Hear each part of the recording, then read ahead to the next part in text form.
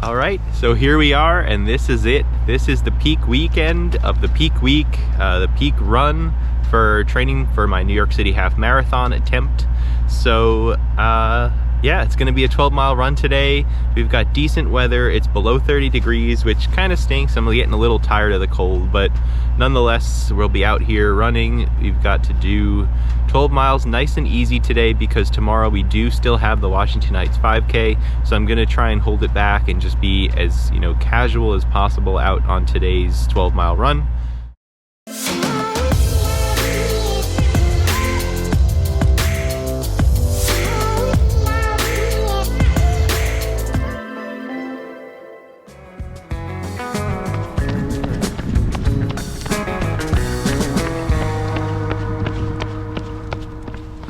All right, so we're starting off nice and easy. Like I said, we really need to be careful not to overdo it because I do want to have a decent run tomorrow, as good as I can at the 5K, knowing that I've run 12 miles today. So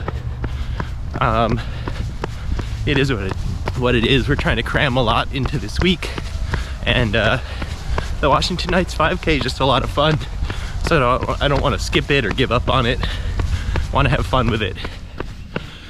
So I want to mention some general tips that are good for anybody, but especially if this is, or anybody going into one of their first marathons or half marathons. These are just some pointers you really want to kind of think about and put into practice when you're going for your long runs in some of your last weeks. The first thing is your morning routine, and it's really important to start practicing everything that you're going to do for your half marathon in your last couple long runs. And what I mean by that is practice the time you're going to get up, practice the food you're going to eat to make sure that it sits in your stomach well over longer distances. Whether you start to practice it in your 9, 10, 11 mile, 12 mile long runs, you want to make sure your stomach settles and is okay with what you plan on eating for breakfast the day of the race. Along with your breakfast, you should really think about your coffee. Do you normally have coffee in the morning? Do you plan on having coffee the morning of the race? And if you are, can you have coffee before your long run and not have any, bathroom issues? Or if you don't have coffee before your long run, how do you feel? Get familiar with that feeling of going for a long run without coffee if you don't plan on having coffee the morning of the race. All stuff you got to think about and prepare for, so there's no surprises when you're at the starting line on race day. The next thing you want to really try out, especially in some of your longer runs, are the clothing you plan to wear for the half marathon or the full marathon. You never know if there's some chafing that you didn't expect when you wore it for shorter distances. Your socks, your shorts, your tank top, your shirt, whatever it might be. It's a good idea to start practicing wearing it. If you're planning on wearing like a singlet or something that's a little bit too little for a general long run, when you're racing like we are in March, try wearing like the singlet or whatever you're planning on wearing, the t-shirt during like a track session.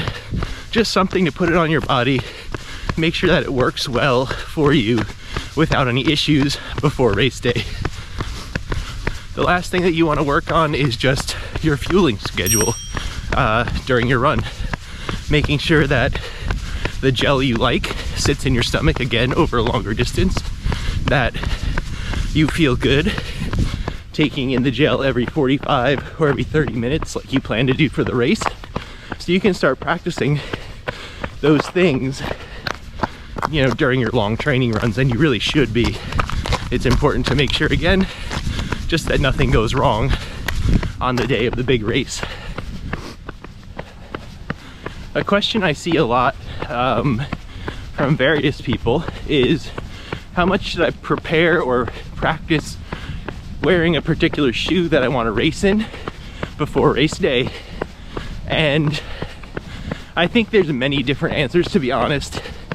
Mainly, I personally choose to use a new racing shoe for maybe like my last track session, maybe a last threshold run, something more up tempo and quicker to make sure that that shoe feels good at that pace, but also not put too many miles on the shoe that technically wear it out and make it less effective, especially if we're talking about some of the super shoes that are out there.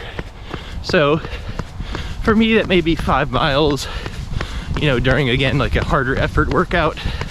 Some people might want to take them on a long run just once to make sure it works over a longer distance, but it kind of comes down to personal preference, also how familiar you are with the shoe.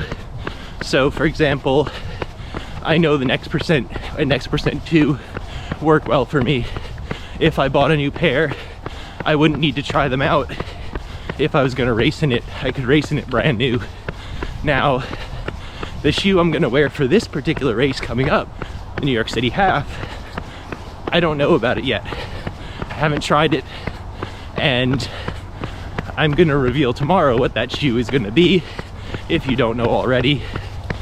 But what I'm gonna do is I'm gonna race tomorrow's 5K in that shoe. So I'll have one 5-kilometer effort under my belt in the shoe, so I'll know how I feel in it, how quick I feel, if it's comfortable, if I get any blisters at faster paces, and hopefully that'll tell me what I need to know for the New York City Half in just a couple weeks. The last little bit of advice that I have for today has to do with carb loading and how to carb load, or how I carb load, I guess. I don't know that there's exactly one answer, but there's definitely what not to do, and that's not to eat a ton of carbs at a huge dinner the night before the race. You do not want to do that. Carb loading, generally speaking, is a little bit more of a long-term process than I think everybody realizes if they haven't run before for longer distances or cycled or whatever endurance sport it may be. Generally, I'm gonna start taking in some additional carbs the whole week leading up to the race. So what I mean by that is I'm gonna have my normal meals, normal salads, normal fruit, normal meat, and I'm gonna take in an extra serving of carbs in like something rice, mashed potatoes, pasta, something like that in addition to my normal food. So I'm getting some extra carbs from those foods building up in my body throughout the week. In our long runs, we're generally training our body to burn fat. We're also practicing our fueling and our fueling schedule. So overall, we should have an influx of nutrition throughout the race. We should have some carbs building up in our body, and we should also have our body more accustomed to burning fat for fuel. And all those things together help lead to a more successful race day. So to summarize everything today, in reality, the tips are just practice. Practice everything. Practice clothing, practice eating, practice coffee, practice shoes. Do what you need to do to feel comfortable so there's no surprises on the day of your race. And most of all, don't be Michael Scott and eat a bunch of pasta right before the race and feel terrible. Any Office fans out there? You'll know what I'm talking about. All right, let's keep going with our 12-mile run. It's been pretty easy so far. I've actually enjoyed talking to the camera because it forces me to just be really conversational and not a heavy pace where I'd be breathing too heavy. So let's finish up this run.